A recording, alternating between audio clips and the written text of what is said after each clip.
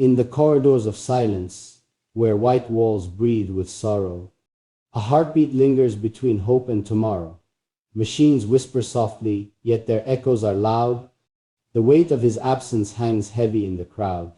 She sits by his side, her hands trembling near, praying that her voice will still reach his ear.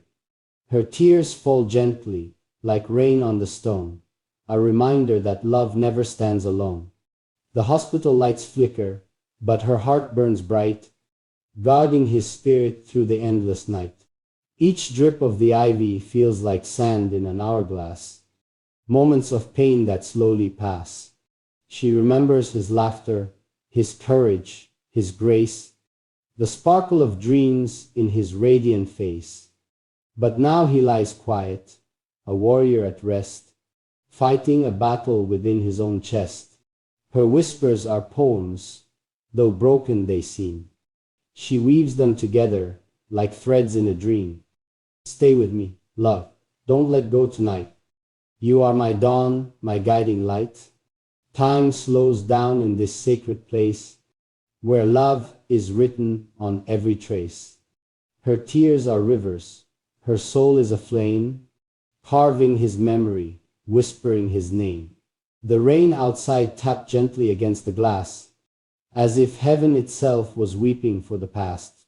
She lifted her head, watching the storm unfold, prayers unspoken, stories untold. Her mind wandered back to brighter days, when his laughter lit up her darkest maze. He was the sun, the song of spring, her every heartbeat, her everything.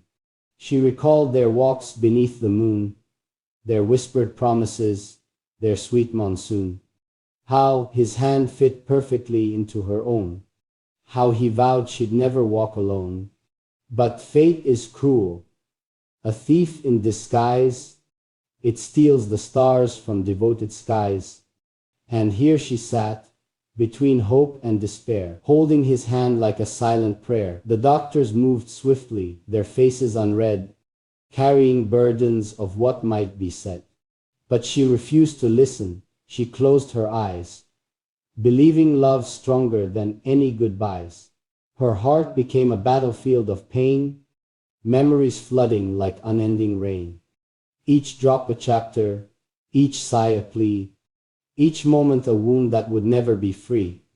She whispered to him, though he could not reply, "Do you hear me, love? Don't let us say goodbye. I will fight the night, I will fight the storm, as long as your heart continues to warm." Then silence returned, heavier than before, a silence that carved deep into her core. Yet still, her spirit refused to break, for love like hers no storm could shake.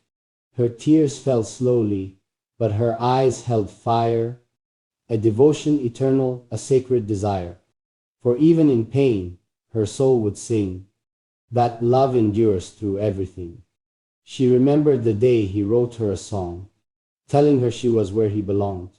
He said, "If life ever dims the skies above, hold on to me, for I am your love."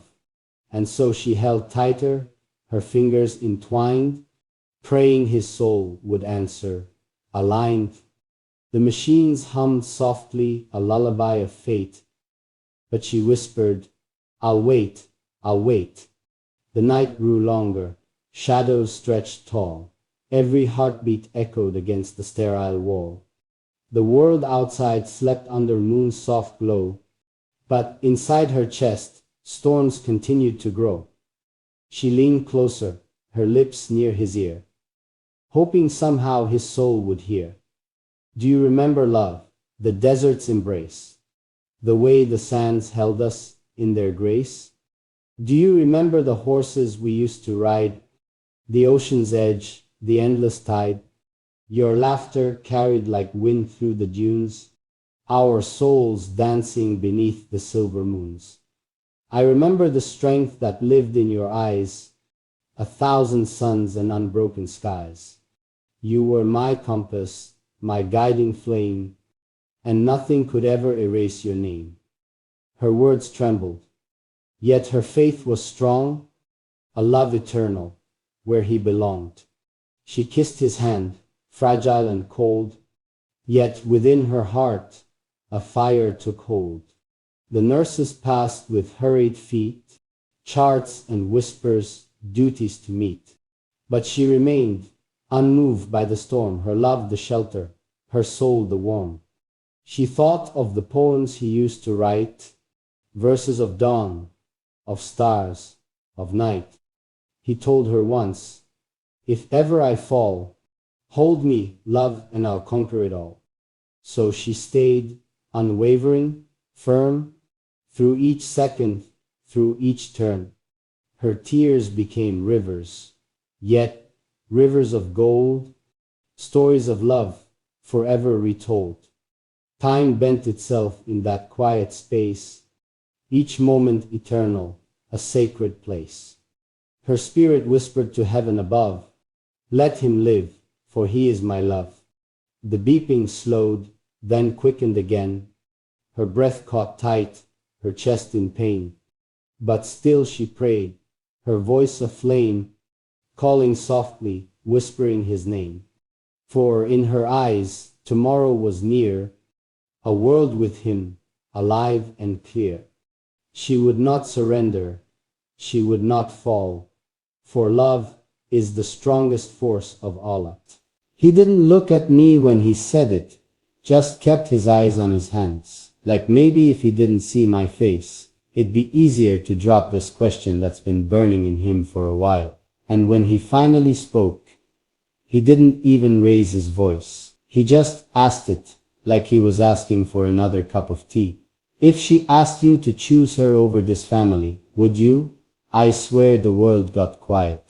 My chest froze, because I never thought he'd say it out loud. I never thought he'd test me that way. Push me to admit what he's been guessing, but hoping wasn't true, because he's seen it. He's seen how I stand softer when it's about her. How my storms bend when she walks in the room. How I drop my pride just to keep her heart calm, even when my mouth wants to fight. He sees all that. And I think it scares him. Not because he hates her, but because he knows I'm not like him. I'm not built to stand half in, half out. When I choose all the way. So today he asked me something crazy. If she asked you to pick her or us, I didn't answer right away. I just sat there looking at my own hands, thinking about all the nights I told myself it'd never come to this. Thinking about how she never once asked me to pick, but how my chest knew it always would. Because love like this doesn't fit inside the lines they drew for me when I was too young to fight back. Love like this makes you break your own safe to protect something bigger. And sitting there across from the same man who taught me to stand tall, I realized he didn't really want an answer. He wanted a lie. He wanted me to say, "No, Dad, I'd never choose her over you." But that's not my truth. So I looked up, and all I said was, "You really want to know?" And he didn't speak. He didn't nod. He didn't push.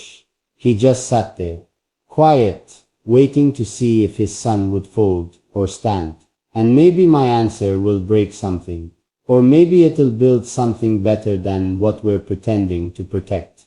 So there I was, sitting in front of him, feeling that silence stretch between us like a tight rope. He didn't move, didn't clear his throat, didn't soften what he'd asked. It just hung in the air. If she asked you to pick her or us, who do you stand for? And my mind was spinning because you know what? This was never about her making me choose. She never looked me in the eyes and said, "Pick me or them." She's never put that weight on my chest. She's never wanted me to lose my roots, just to hold her hand. But he can't see that. To him, love like this means losing something. A son's loyalty, a family's name, the picture-perfect line they worked so hard to paint for the world. So I sat there, staring at my own hands, thinking about how far we've come, how many times I swallowed my truth just to keep the peace, how many nights I'd walk out of her arms, just to sit at this same table and pretend my heart wasn't somewhere else. And maybe he thinks that's love, bending for him, staying small for him, putting his pride above my own truth. But I'm done pretending my stand is soft when it comes to her. So I looked up at him, and for the first time in my life, I said something I knew would break his chest, just like it broke mine to say it. Dad, she would never make me pick. But if you're asking me now, if you're saying I have to stand on one side or the other, then I stand where my truth is. He didn't like that answer. I could see it in the way his eyes dropped. He thought I'd bend. He thought I'd soften and say, "No, Dad, you first. Always you." But the man who taught me to stand tall taught me too well, because now I stand even when it means standing alone. I told him, "You can hate it. You can push me away. You can close every door you opened for me since I was a boy. But if you think I'll stand small for you just to lose what makes me real, you don't know me as well as you think you do." I didn't raise my voice. I didn't fight. I just told him the truth he didn't want to hear. And that truth was simple.